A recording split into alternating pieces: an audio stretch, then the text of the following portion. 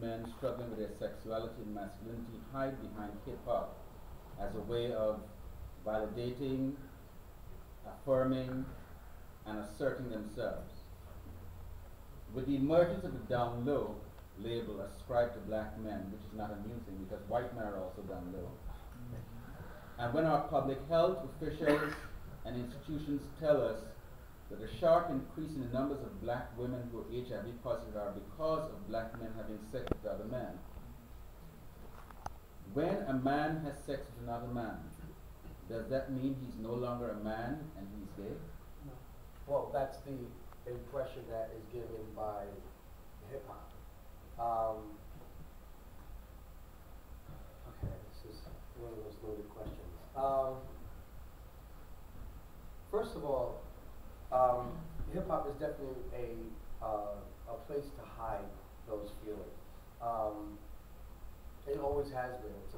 Music is always a way to escape, a way to take yourself out of a particular situation.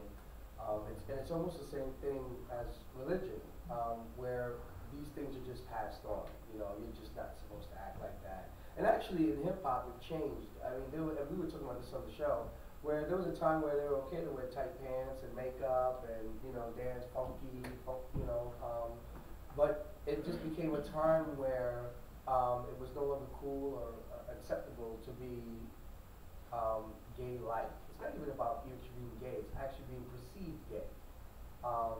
Because it's okay for certain men who are in hip-hop to brandish their bodies and show off their machismo, their sex appeal, or parts of their body that women, and if they knew women, would not be interested in. Most women don't care about a man's butt, really. They don't care about certain things that men brandish in the music videos nowadays. And even more important, I was on an actual panel discussion with this, dealing with the industry, how our own people are responsible for these images. It is gay men and women who are PR reps, who are marketing directors, who actually are focusing these images for you so that you don't figure out what's going on. One, I think one of the issues is we don't consider bisexuality a actual sexuality. I don't know why. You either have to be one or the other, especially in the hood. You can't be having sex with a man and woman and be okay. That's not okay. If you really have sex with a man, you're gay. And that keeps a lot of the men in the closet and doing these things that you see in the music videos. I think that is the issue, actually, more than being gay.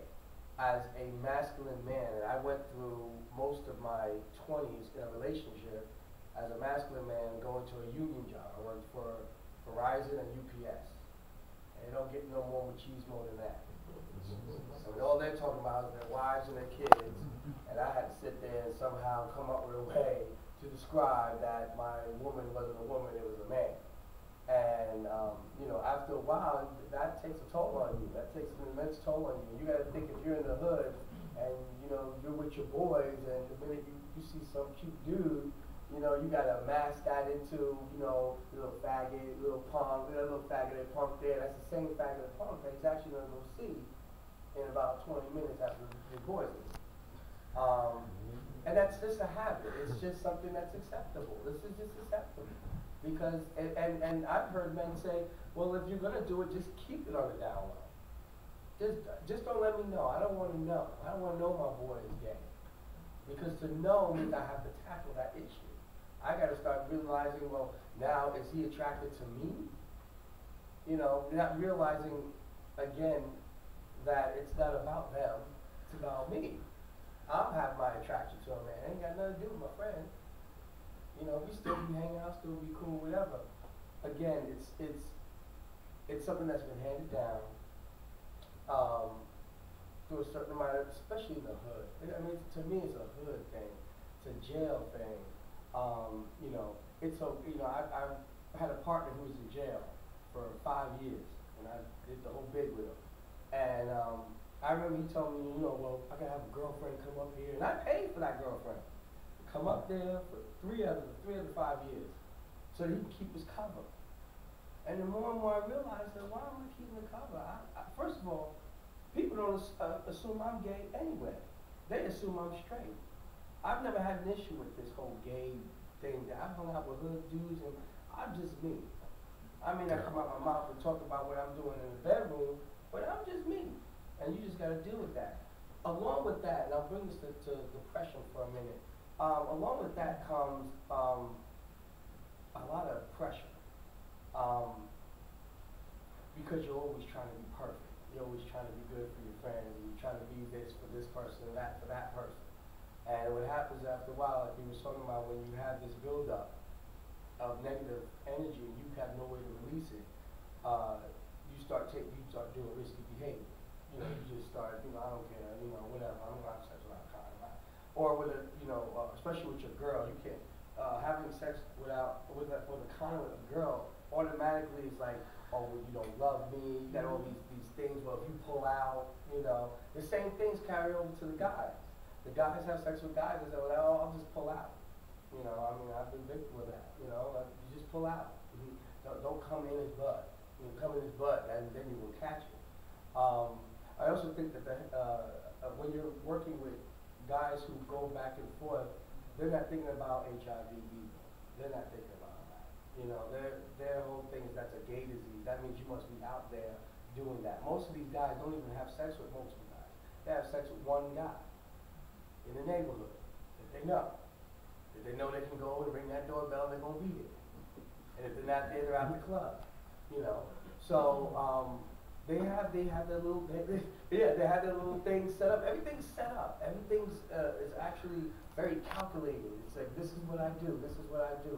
And they have all this hiding they're doing, and they play the part for everybody, play the part for their friends, play the part for their boyfriend, and it all comes to a head. And when you have no one to speak to, turn to hip hop. You listen to the music. I think when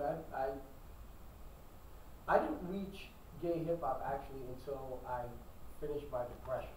Actually, I just stopped cocaine and had been doing it for four years with a partner, heavily.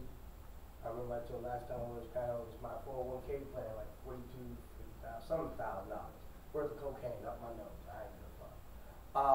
And the issue was, when I came back out, I still loved hip hop. I still loved the essence of beats and rhymes and listening to people's story tell. Like there's things that I fell in love with about hip hop, but what I couldn't deal with is them telling me there was something wrong with me. So I had to go search. Like again, I'm going to keep referring to you because you had some good points. Where you have to go and search for these things. We have a whole crew of people who are out there who are trying to explain to you that no matter who you are, gay or straight, that you can be who you are and still love hip hop. You can still be in church and be gay. You can still love hip hop and be gay. You can be anything and be gay. And actually, you probably are. A lot of the things, the reasons why you're feeling a certain way is because you've been told by this imaginary machine of people around you that this is not cool, but you're already doing it. You go to work, you come home, you have friends, you hang out, you have lovers, you have relationships, you have problems, you have bills to pay, you do everything everyone else is doing, except get married. Wait a minute. We're working on it. We're working on it, right? Okay. But, and sorry, in this state, I said you broke up there. But, my issue when it comes to, when I've talked to young men about their depression, and I've had one guy come to me when he was younger, and I've been positive 17 years, so I've come across a whole lot of people who come positive after me, and they've come to me, because I do a radio show and I talk about it openly. And I think that's probably the most thing that people don't realize is we just have the conversation. Like, this is healthy, and the problem is we don't have this enough.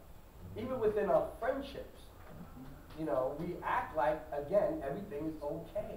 We still act like everything is okay. And we don't have the honest conversations with our friends people who we're supposed to care about, people we have something in common with, someone who's actually going to understand exactly what we're saying and where we're coming from, but instead, we still play like everything's okay. And we need to stop that. We need to have the ability to know there's someone out there who is willing to talk about it on a national basis, on a local basis, on me and you hang out and smoke a blunt basis, whatever the case may be. It's something that you need to have the conversation. And you should, the first people you should look to are your friends. The people you go into the club with, people you go and hang out on Christmas Street with, people you go out to the bars with. You know, it ain't nothing like saying, you know, talk. I'm having a problem. You know, I need to go get tested and I'm scared and it's bugging me. That's a dialogue. And you already know you had a couple of drinks, everything's coming out. That's better than a therapist. Probably like you. But you understand what I'm saying? Like, you know, a lot of them, and I'll go over a little bit because why not? A lot of the reasons why a lot of people, our generation, especially youth, young black men who are in the hood, is because they can't afford a doctor, first of all. Two, they're not even thinking about no doctor. That's some white shit. That's some, you know, that's some old educated, nerdy shit. So they're thinking about no doctor. You know, so the only way that we're going to get to our youth, and that's who we really need to be concerned about is our youth, is we need to bring it down to their level and say, listen, grab your friend. Like, you know, there's a lot of young people I see here. And when you go out and you're hanging out, bring it up, just out of nowhere. You know, that little period of time you ain't saying nothing, just sitting there staring at a dude. Well, bring it up. You know, I would actually challenge you to do that. Because the minute you do, and you'll see it happen, it's like a floodgate. I've seen it happen with my friends. It's a floodgate. It opens up, and the next thing you know, you're there for like a good 2-3 hours and have an amazing conversation. So I think a lot of times we gotta challenge ourselves too. Like we gotta look into ourselves, we gotta challenge ourselves, challenge our friendships. I always say, I think that to me, killing yourself is a very selfish act. And I was talking about that on the show today too, where if I did kill myself, then what about the people around me that did love me, that are gonna miss me? My mother, my father. I may think they don't love me, but they do. They love me regardless if I feel because I'm gay, they don't want to talk about that, and I can't bring my man around them. And again, selfishness. It's not always about me. They've got issues to deal with too, as I have issues to deal with. And so we need to be a little more flexible. Let's understand each other. Let's deal with it. Let's have the conversation. I think that's the most important thing. Thank you. Oh, I'm sorry. I didn't mean You to just mashed the corner down. I'm sorry. I didn't You mean just mashed the corner down. You mashed several of my corners, as a matter of fact. Well, we'll talk about that. No, I think you made some very valuable points, but I think it's imperative for us who are, I don't want to use the word older, more mature, to live a life of authenticity. If we want the youth to be engaged and be responsible and talk about these issues, we have to do that. We have to show them a way to do it. Because we have to remember that very few of us, if any of us in this group, had any gay role models when we were 20. They were out and were positive, and you say, okay, well, I can emulate that. I think we are the first generation of black gay men that are open, educated, industrious, entrepreneur, and that's what we need to show to the young people, because a lot of us are well, I'm educated, I got mine, I don't have to deal with these young kids. We have to do it, and we have to engage them, we have to develop a blueprint that they can follow. So this is not to rebut to what you're saying, it's just to add to what you're saying. And therapy is a good thing. But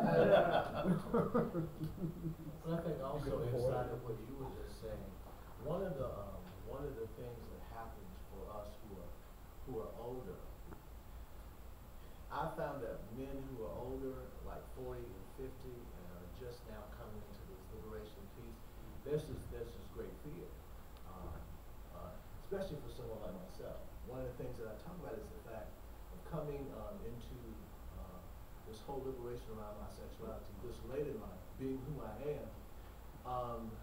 it has led me into some dark places, because being a reverend, being a minister in the public's eye, once this new revelation, once I got this illumination around who I am internally, then came these boundaries about who I am to the people. And so now, instead of me being able to take hold of that and experience what I possibly maybe should have experienced a couple of years ago, now as I explore that, I am really demonized. Because now as I take on that, just giving examples of out in the club or doing some things that generally are acceptable, I can't do that because I'm a minister. But yet still what people forget, I am still a man. And I still have to develop in ways. And as I look at our brothers and sisters who are in ministry, who are gay, who are pastoring traditional churches, and I look at their lives and I see the hell that they're going through, I thank God for the time of being able to come into who I am, because I just could not live like that anymore. I was with a brother, just give an example, I was with a brother the other day who is so depressed. He finally, and me talking about my depression and talking about what I've been doing with you, he just started crying. And this is the brother, he's a pastor of a major church that I will not name, and he said, that's me. Those symptoms you're describing, it's me. And I've been telling you that for a long time, that it's you. But this double life that you live in, and he doesn't feel like he can change at this point, because he's got children he don't feel like he can tell. He's already divorced his wife, but he still don't feel like he can share this. So he feels like he's stuck, because he feels like he's got bills. And it's no longer a ministry for him, it's a job for him. Because after a while, and you're caught between it, God desires truth in the inward heart. I cannot worship with this whole thing behind my head that says I'm an abomination. I can't even really worship with that, because God says you must worship me in spirit and in truth. The whole part about me being an abomination is a lie. So if you're trying to worship with that thing wrapped around your head, you will never connect to God in such a way that your life will be transformed, because you can't, because it's a lie. And truth is required in order for you to do that. And so he can't grab hold of the truth because he's so afraid of losing these physical